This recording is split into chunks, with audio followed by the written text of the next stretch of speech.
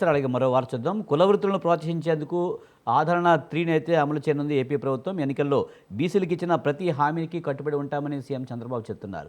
Sir అలాగే ఎలా చూడాలి? కుల వృత్తులను ప్రోత్సహించేందుకు ఆదరణ 3ని అమలు చేయబోతుంది. వెనుకబడిన తరగతులకు ఎంతవరకు ఇది లబ్ధి చేకూరే అవకాశం కనిపిస్తుంది?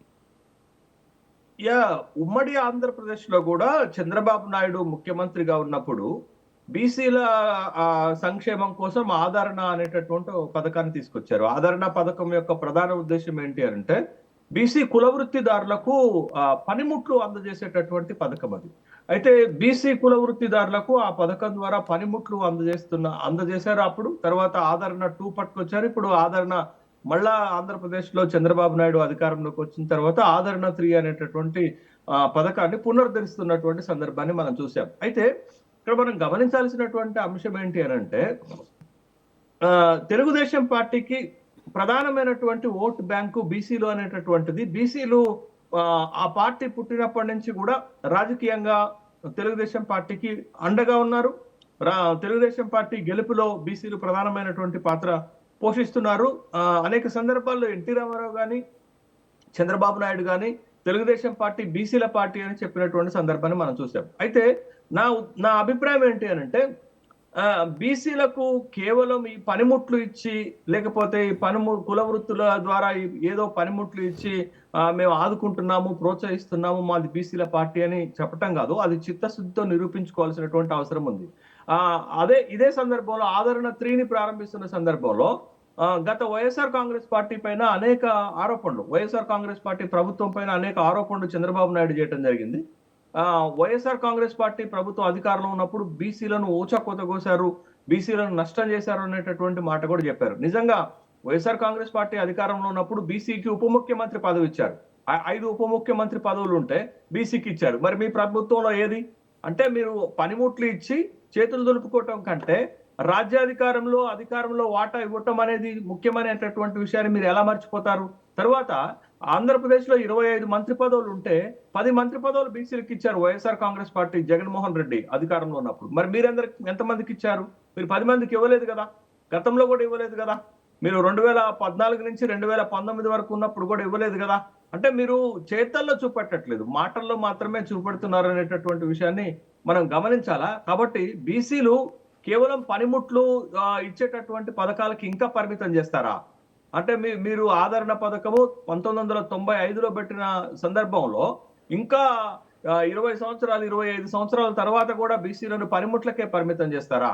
అధికారంలో భాగస్వామ్యం, అధికారంలో వాటా ఇవ్వనటువంటి సందర్భం ఎందుకు ఇవ్వరు అనేటటువంటి ప్రశ్న. అదేవిధంగా బడ్జెట్ లో కూడా బీసీలకు 30,000 కోట్ల రూపాయలు కేటాయించిండు జగన్మోహన్ రెడ్డి. బీసీ సప్లాన్ పట్టుకొచ్చిండు. 54 కార్పొరేషన్లు పెట్టిండు. అంటే ఒక నాయకత్వాన్ని పెంచేటటువంటి ప్రయత్నం చేశాడు జగన్మోహన్ రెడ్డి. మరి జగన్మోహన్ రెడ్డి అన్యాయం చేసిండని చెప్తున్నటువంటి మీరు అంతకంటే ఎక్కువ చేయాల్సినటువంటి అవసరం ఉంది కదా. బట్ అంతకంటే ఎక్కువ చేయకుండా బీసీలకు నాశనం చేశారు, బీసీలను ఊచకోత కోశారు అనేటటువంటి పదాలు మాట్లాడకుండా మీ చిత్తశుద్ధి నిరూపించుకునేటటువంటి క్రమంలో బీసీలకు అధికారంలో వాటా, బడ్జెట్ లో నిధులు కేటాయింపుతో చేయాల్సినటువంటి అవసరం ఉంది.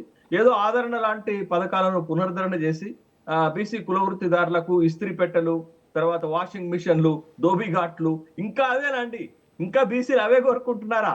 ఇంకా ఇంకా మీ యాటిట్యూడ్ మారదా అనేటటువంటి ప్రశ్న తలెత్తుతుంది. కాబట్టి చంద్రబాబు నాయుడు బీసీలు ఎంత సపోర్ట్ చేశారో ఆ పార్టీ గెలవడానికి గుర్తించి అధికారంలో కూడా పెద్ద ఎత్తున వాటా ఇవ్వాల్సినటువంటి అవసరం ఉంది. Right sir. అలాగే బీసీలకు స్థానిక సంస్థల 34% రిజర్వేషన్లు పునరుద్ధరిస్తామని ఎన్నికల హామీ ఇచ్చాము, అది మేము చేస్తామని చెప్తున్నారు. కానీ తెలంగాణలో దాదాపు 42% బీసీలకు మేము సీట్లు ఇస్తామని స్థానిక సంస్థలు చెప్తున్నారు. ఎలా చూడాలి? ఇదేనండి. ఇప్పుడు తమ పరిధిలో లేనటువంటి హామీలు ఇచ్చి బీసీలను మోసం చేయటమే అవుతుంది కదా. ఇప్పుడు తెలంగాణలో 42% అయినా, ఆంధ్ర 34% అయినా బీసీలకు ఎలా ఇవ్వగలుగుతారు అనేటటువంటి ప్రశ్న తలెత్తుతుంది కదా. ఉమ్మడి ఆంధ్రప్రదేశ్ లో ఎన్నికలు జరిగినప్పుడు 2013లో స్థానిక సంస్థల ఎన్నికలు జరిగినప్పుడు ఇదే వివాదం తలెత్తింది. అప్పుడు చంద్రబాబు నాయుడు ఉమ్మడి ఆంధ్రప్రదేశ్ లో ప్రతిపక్ష నేతగా ఉన్నారు కదా. అప్పుడే కదా బీసీల రిజర్వేషన్లు తగ్గేటటువంటి ప్రయత్నం జరిగితే సుప్రీంకోర్టుకు వెళ్లి రిజర్వేషన్లు కాపాడాము. ఆ రోజు 34% ఉన్నటువంటి రిజర్వేషన్ని. తర్వాత 2019లో తెలంగాణలో రిజర్వేషన్లు తగ్గిపోయాయి, ఆంధ్రప్రదేశ్ లో రిజర్వేషన్లు తగ్గిపోయినాయి. అంటే బీసీల రిజర్వేషన్లు 11% తగ్గినాయి ఆంధ్రప్రదేశ్ లో గానీ తెలంగాణలో గానీ. ఎందుకు తగ్గినాయి? అదే అదే స్థాయిలో ఎస్సీ ఎస్టీల జనాభా దామాషా ప్రకారంగా వాళ్ళకి రిజర్వేషన్లు పెరిగాయి. వాళ్ళకి దరిదాపు రిజర్వేషన్లు 27% పెరగటం వల్ల మిగిలిన 23% రిజర్వేషన్లు మాత్రమే బీసీలకు వచ్చాయి. ఇప్పుడు ఎస్సీ ఎస్టీ రిజర్వేషన్లు పెరుగుతున్నాయి. పెరిగే క్రమంలో ఎవరికి తగ్గుతాయి? బీసీల రిజర్వేషన్లే తగ్గుతాయి. ఇప్పుడు మీ పరిధిలో లేదు. బీసీలకు 34% ఇవ్వాలంటే ఎస్సీలకు 16% ఇవ్వాలా? ఇస్తారా? తగ్గిస్తారా? తగ్గించగలరా? తగ్గించలేరు. మరి ఎట్లా ఇస్తారు? బీసీలకు 34, ఎస్సీలకు 16 ఇస్తే 50% అవుతుంది. కానీ ఎస్సీలకు 27%, బీసీలకు 34% ఇస్తే మీరు 50% దాటిపోతుంది కదా. తెలంగాణలో కూడా అదే పరిస్థితి కదా. ఎస్సీ ఎస్టీలకు ఇక్కడ రిజర్వేషన్లు మీకు 27% ఉంటే ఇప్పుడు బీసీలకు 42% ఇస్తే 69% అవుతుంది. కానీ రాజ్యాంగం ఒప్పుకోదు కదా. సుప్రీంకోర్టు మార్గదర్శకాలు ఒప్పుకో కదా 50% రిజర్వేషన్ల పరిమితి దాటడానికి. ఎలా ఇస్తారు? అంటే 2 రాష్ట్ర ప్రభుత్వాలు బీసీలను మోసం చేస్తున్నాయనేటటువంటి అభిప్రాయం కలగక మానదు. ఎందుకంటే మీ పరిధిలో లేని హామీ ఇచ్చారు, మీరు ఇవ్వలేని హామీ ఇచ్చారు. కాబట్టి ఎట్లా ఇస్తారు? అక్కడ 34 అయినా ఇక్కడ 42 అయినా మీకు పార్లమెంట్ లో చట్టం చేయకుండా, రాజ్యాంగ సవరణ చేయకుండా, 50% పరిమితిని దాటేటటువంటి క్యాప్ తీసేయకుండా బీసీలకు స్థానిక సంస్థల్లో ఈ రిజర్వేషన్ల పెంపు రాష్ట్ర పరిధిలో రాష్ట్ర స్థాయిలో సాధ్యమవుతుందా? మీరు సాధ్యంగానటువంటి హామీ ఇచ్చి మేము ఇస్తున్నామని చెప్పేసి శాసనసభలో తీర్మానం చేసి ఆ తీర్మానాన్ని కేంద్రానికి పంపితే కేంద్రం ఎందుకు ఇస్తుంది? ఇవ్వటానికి ఎంత సుదీర్ఘమైనటువంటి ప్రక్రియ ఉంటది. ఒక ఛాన్స్ ఉందండి.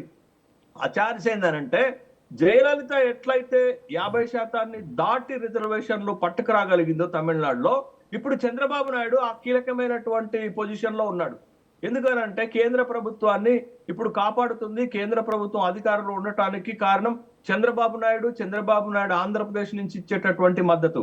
తనకున్నటువంటి 16 ఎంపీలు, తన రాష్ట్రం నుంచి గెలిచినటువంటి 21 ఎంపీలు, వీళ్ళ మద్దతుతోటి బీసీలకు సంబంధించినటువంటి రిజర్వేషన్ పెంపుని తీసుకురాగలుగుతారు. బట్ ఎప్పుడు చిత్తశుద్ధి ఉన్నప్పుడు చూద్దాం. మన 34% రిజర్వేషన్ ఇచ్చి ఎన్నికలు జరపగలిగితే చంద్రబాబు నాయుడుకి హ్యాట్సప్. లేకపోతే అది ఒక ఎన్నికల హామీ, అది బీసీలను మోసం చేసేటటువంటి హామీగానే చూడాల్సి ఉంటుంది.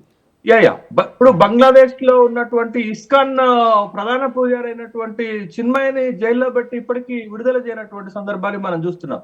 అంటే బంగ్లాదేశ్ లో జరుగుతున్నటువంటి పరిణామాలన్నీ కూడా at the same time Bangladesh మాజీ ప్రధాని షేక్ హసీనా కూడా భారతదేశంలో తలదాచుకోవటం, ప్రవాసీగా ఉండటం కూడా బంగ్లాదేశ్ కు నచ్చట్లేదు అనేటటువంటి విషయాన్ని గమనించాలి. బట్ ట్రంప్ మోడీ సమావేశంలో ఈ ప్రస్తావన కూడా వచ్చిన సందర్భాన్ని మనం చూసాం.